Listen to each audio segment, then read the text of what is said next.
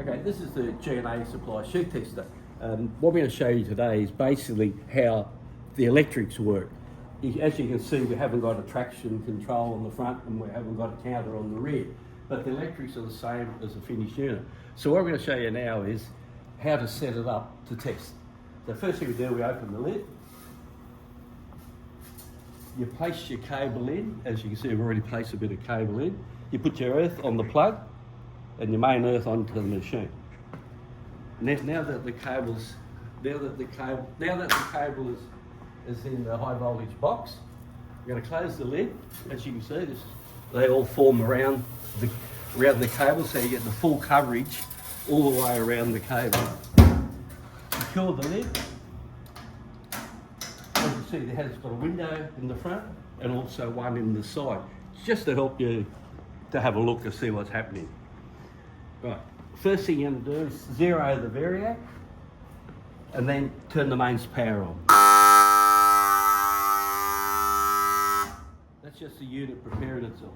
Now this particular cable, being type 241, in our standards we put 3,500 volts on the outer sheet. So I'm just going to wind the vari up to 3,500. Near enough is good enough for this sort of thing. And you'll notice, reset the counter. We run in auto, so we've got power light, and also you notice we've got a green indicator light. Now at this stage, you'd have a forward and reverse and stop button on your traction. But as we're only simulating, I'm just going to pull this short bit of cable through by hand. I know this cable has got a pinhole in it because we put it in there, but I don't know exactly where it is. So what happens, we'll pull the chains around it. As I pull this cable through, we should hear and see the fault. Maybe hear it because there's a buzzer.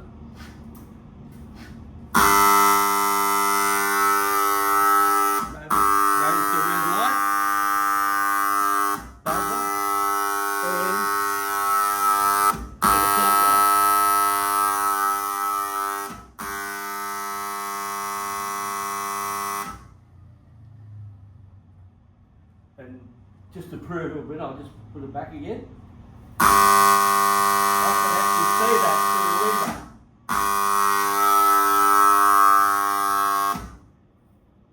Just there, Adam.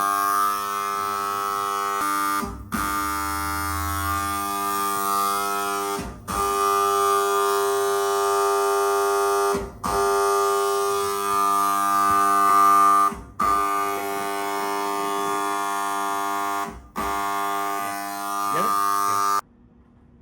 Okay, so we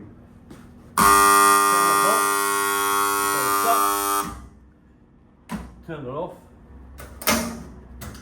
open our lid, look at the cable,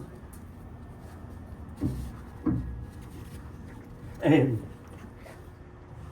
there's our pinhole that we detected.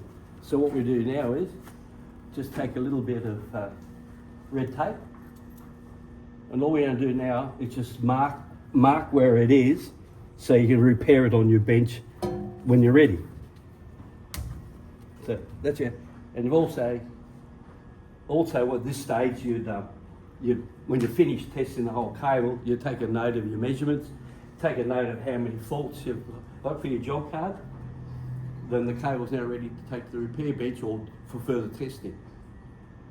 So you've done your sheath tests, we've found the sheath fault. They're a preventive measure only. We're looking for pinholes, not so much an electrical fault, but just a sheath damage. It's helpful to stop water ingress into your cables to give extended working life. Just as a safety precaution, if you happen to leave it turned on when you open the lid, it has got a limit switch which will switch the whole unit off.